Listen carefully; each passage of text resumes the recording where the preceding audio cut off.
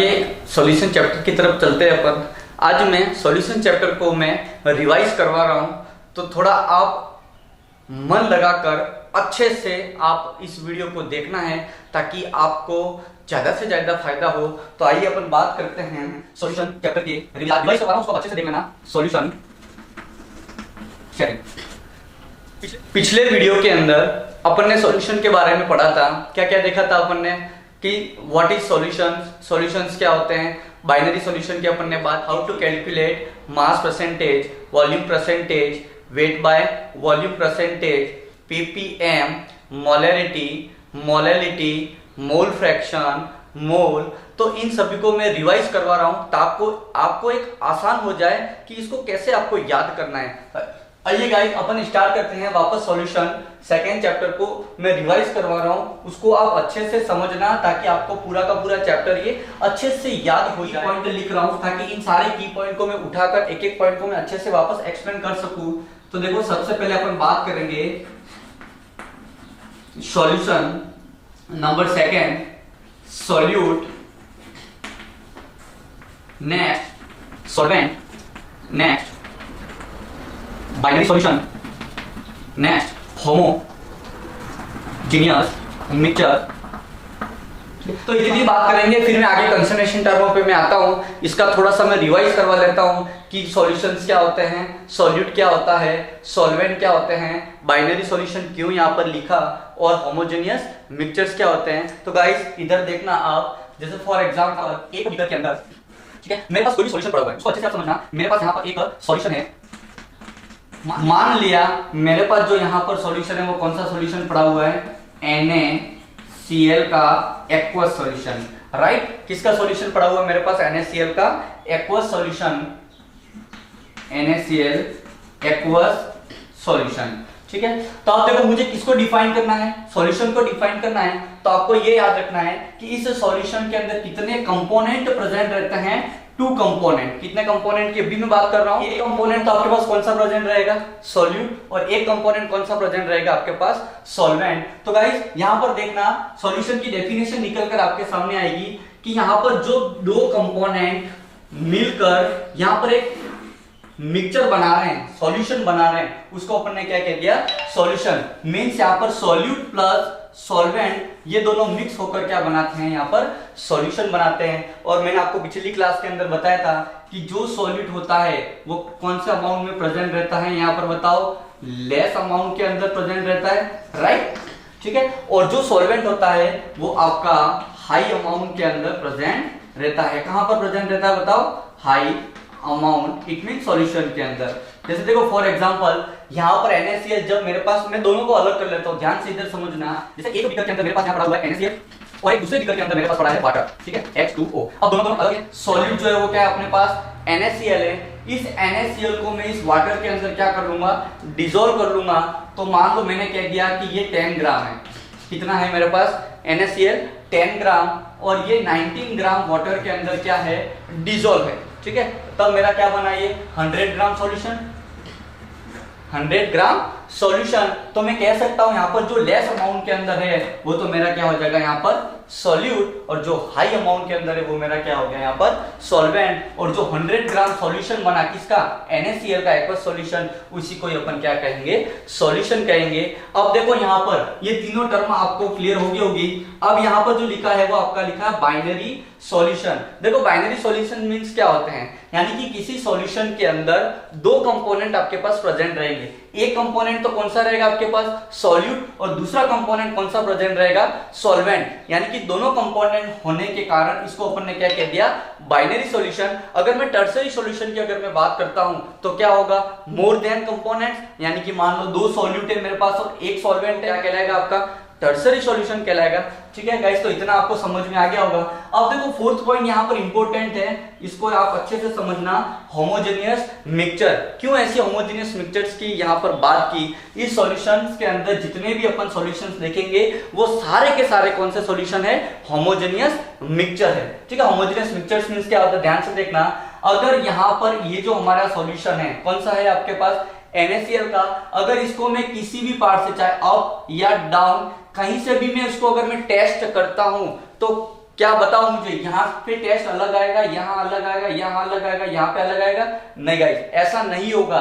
सभी का टेस्ट क्या होगा, सेम आएगा, ठीक है। या फिर अपन में दूसरी तरीके से मैं कह सकता हूं कि जो होमोजेनियस जो मिक्सचर होता है, उनका जो स्टेट होती है, उनकी जो फेज होती है, वो ओनली सिंगल स्टेट होती है। कौन सी होती है गाइस?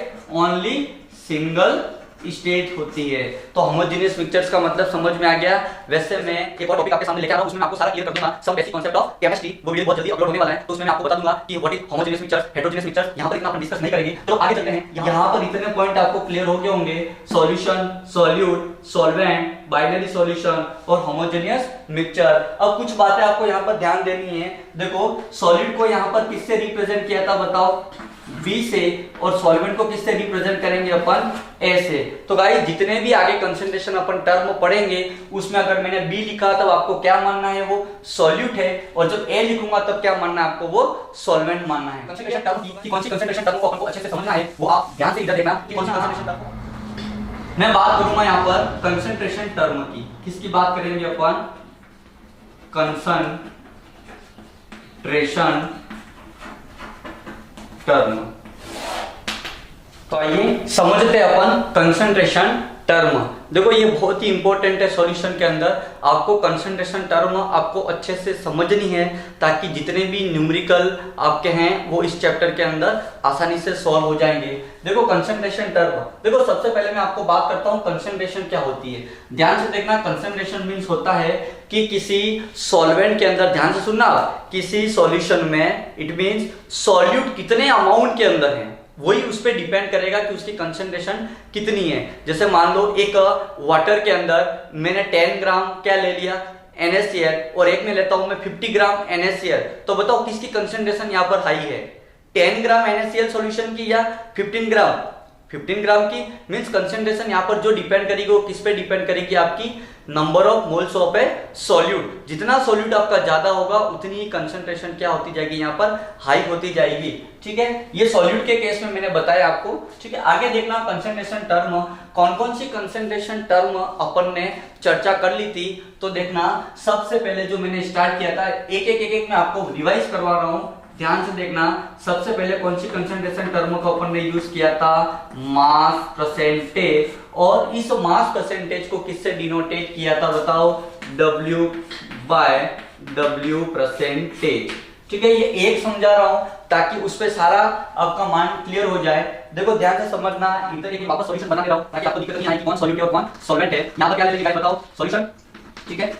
और इस सॉल्यूशन के अंदर कौन कौन से कंपोनेंट प्रेजेंट है यहाँ लिख रहा हूं मैं। एक तो आपका क्या होगा? सॉल्यूट, और सेकंड कंपोनेंट आपका क्या प्रेजेंट रहेगा यहाँ पर? सॉल्वेंट। बताओ सॉल्यूट को किससे रिप्रेजेंट करते हैं यहाँ पर? B से, और सॉल्वेंट को किससे रिप्रेजेंट करते हैं यहाँ पर? A से। तो धीरे धीरे देखना, मास परसेंटेज कैसे फाइंड किया था बताओ गाइस। मास परसेंटेज का फॉर्मूला क्या था आपके पास, कि मुझे W by W percentage find करना था।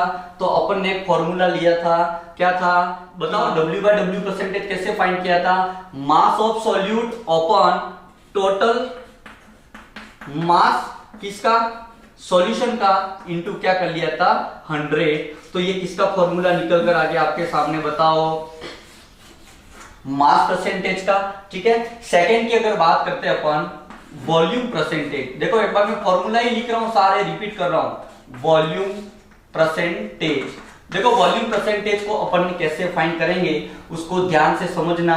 मैं केवल फॉर्मूला ही आपको रिवाइज करवा रहा हूं। पिछली क्लास के अंदर मैंने मास परसेंटेज कैसे फाइंड करते हैं उनके न्यूमेरिकल सहित आपको समझा के रखा है, तो मेरा पिछले वीडियो आप देख लेना। वॉल्यूम परसेंटेज का फॉर्मूला क्या हो गया गाइस, कि V बाय V मुझे फाइंड करना है। तो वॉल्यूम किसका लेंगे यहाँ पर? सॉल्यूट का, और VA प्लस VB इंटू क्या हो जाएगा? 100। तो ये कौन सा फॉर्मूला अपन ने डिराइव किया था बताओ? वॉल्यूम परसेंटेज का। देख लीजिए, सबसे पहले कौन सा देखा था बताओ? How to calculate mass percentage. Second कौन सा देखा था? Volume percentage. Third, weight by volume percentage. Fourth, ppm। Fifth, molarity.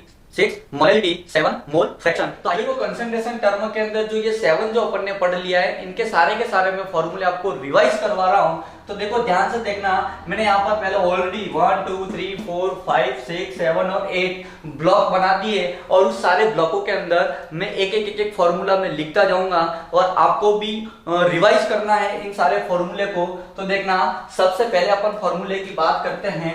तो देखो सबसे पहले अपन ने क्या फाइंड किया था, मैं सब में एक लिख लेते हैं, फिर इनके फॉर्मूले लिखते हैं। Number first mass percentage, number second volume percentage, number third weight by volume percentage, number four ppm, number fifth, ठीक है कितनी हो गई, फोर्थ हो गया आपका। नंबर फिफ्थ की अगर अपन बात करें तो मोलेरिटी, नंबर सिक्स मोलेलिटी, और गाइस सेवन जो अपन ने देखा था वो क्या था बताओ, मोल फ्रैक्शन, राइट। ये 7 कंसंट्रेशन टर्म अपन ने देखी थी। क्यों छोड़ा अभी मैं बताऊंगा। देखो ध्यान से, सबसे पहले इन सारे फॉर्मूले को मैं अच्छे से रिवाइज करवा रहा हूं ताकि आपको दिक्कत ना आए कि इन सब लिखने में भी आपको कोई समस्या ना आए, ताकि जब भी आपको पढ़ना हो तो ये लिया और डायरेक्ट आपके न्यूमेरिकल क्या हो जाएंगे, सॉल्व हो जाएंगे। तो गाइस देखना, सबसे पहले मास परसेंटेज किससे डिनोटेट करते हैं बताओ फटाफट। मास परसेंटेज को क्या लिखा था, W by W percentage. Volume को कैसे लिखेंगे बताओ, V by V percentage. Weight by volume percentage. Mole fraction को किससे डिनोटेट करेंगे, X से।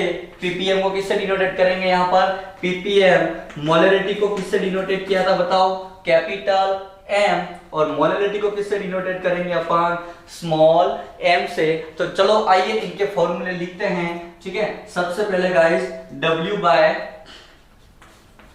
W, ठीक है। क्या फॉर्मूला था बताओ, मास of solute upon total mass of solution into क्या किया था बताओ, 100। तो ये किसका फॉर्मूला था बताओ, मास परसेंटेज का। वॉल्यूम परसेंटेज का फॉर्मूला क्या था बताओ, V बाय V परसेंटेज का। मास वॉल्यूम किसका, सॉल्यूट का, ठीक है, अपॉन टोटल क्या बताओ, वॉल्यूम किसका, सॉल्यूशन का, राइट। तो ये किसका फॉर्मूला था बताओ, वॉल्यूम परसेंटेज का। W by V percentage, W by V percentage का क्या फॉर्मूला था, weight of solute upon volume of the solution, right. VOLUME volume, और वॉल्यूम भी किसने लिया था यहाँ पर, ml इंटू 100 करेंगे तो आपका क्या निकल जाएगा, W by V percentage. PPM का क्या फॉर्मूला था गाइस बताओ, पीपीएम वेट ऑफ सॉल्यूट या मास ऑफ सॉल्यूट कह सकते हो आप, upon total mass of solute plus solvent, ठीक है, यानी कि total mass of solution WA plus WB into क्या था बताओ, 100,000 क्या था, नहीं 10 की पावर कितना लिखा था अपन ने, 6। तो ये किसका फॉर्मूला बन गया था गाइस, पीपीएम का। अब अपन बात करते हैं किसकी, मोलरिटी की। तो देखना मोलरिटी का क्या फॉर्मूला था, आपको पता ही है। मोलरिटी मींस क्या होता है, किससे डिनोटेट किया था, कैपिटल M से। और क्या थी मोलरिटी की definition, the total number of moles of a solute dissolve in 1 litre solution known as क्या था, मोलरिटी। तो देखो इसका फॉर्मूला कैसे लिखा था बताओ, इसको मैं शॉर्ट में लिख सकता हूं, M बराबर N बाय V, और ये किसमें था, लीटर के अंदर। तो ये किसका फॉर्मूला बन गया, मोलरिटी का। और उसको और अच्छे से अपन ने लिखा था, क्या लिखा था बताओ, कि molarity equal to weight of solute into 1000 upon mass of solute into VML। Litre से ml में कन्वर्ट कर दिया, ऊपर क्या आ गया, 1000, ठीक है। अब अपन बात करते हैं किसकी, मोलरिटी की। तो मोलरिटी की क्या डेफिनेशन थी बताओ, the total number of moles of a solute dissolve in 1000 gram या 1 kg solvent known as the molarity denoted by small m। तो बताओ क्या फॉर्मूला बनाया था इसका, कि स्मॉल m है ना, मोलरिटी का क्या फॉर्मूला था बताओ, wait of solute into 1000 upon mass of solute into weight of solvent. ये किसका फॉर्मूला बन गया आपका मोलेलिटी का। तो आई होप इतना आपको फॉर्मूले रिवाइज हो गए होंगे, है ना। आप प्रैक्टिस करना ताकि आपको सारे के सारे फॉर्मूले आपको याद हो जाए, ठीक है। और नेक्स्ट बात करते हैं अपन मोल फ्रैक्शन की। तो देखो मोल फ्रैक्शन के क्या फॉर्मूले थे, the total number of moles of A constitute substance, it means या तो सॉल्यूट या solvent upon total number of moles of A solution, ठीक है। जैसे देखो x, मुझे सॉल्यूट के भी मोल फ्रैक्शन फाइंड करना है और सॉल्वेंट के भी मोल फ्रैक्शन फाइंड करने हैं। तो मैं यहां पर जो लिखूंगा वो सॉल्यूट के केस में लिख रहा हूं आपके मोल फ्रैक्शन, ठीक है। तो यहां देखो मैंने एक्स बी लिखा है, एक्स बी यानी कि मुझे किसके मोल फ्रैक्शन फाइंड करने हैं, सॉल्यूट के। तो किसका यहां पर मोल्स ले लेंगे ऊपर, सॉल्यूट के upon total number of moles, ठीक है। ये किसका फॉर्मूला बन गया आपके मोल फ्रैक्शन के, क्या फाइंड करने के, सॉल्यूट का। और अगर आप सॉल्वेंट लेंगे तो क्या लिखूंगा मैं यहाँ पर एक्स ए। तो यहाँ पर बताओ गाइस किसके फॉर्मूला ले लेंगे अपन, सॉल्वेंट के mole upon total moles Na plus NB। बोलो समझ में आया कि नहीं आया।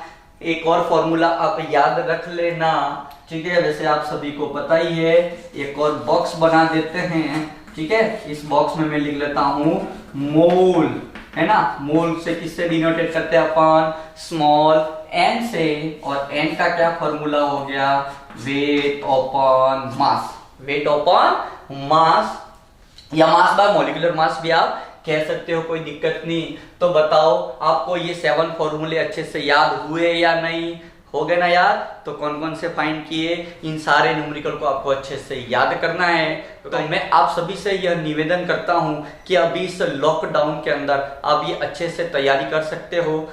Thank you guys. और वैसे 12th के लिए वेरी वेरी मोस्ट इंपॉर्टेंट है, सारे के सारे न्यूमेरिकल अगर आपको करने हैं तो ये फॉर्मूले आपको याद रखनी पड़ेगी, इनकी सारी कंसंट्रेशन टर्म आपको अच्छे से याद रखनी पड़ेगी। Have a nice day.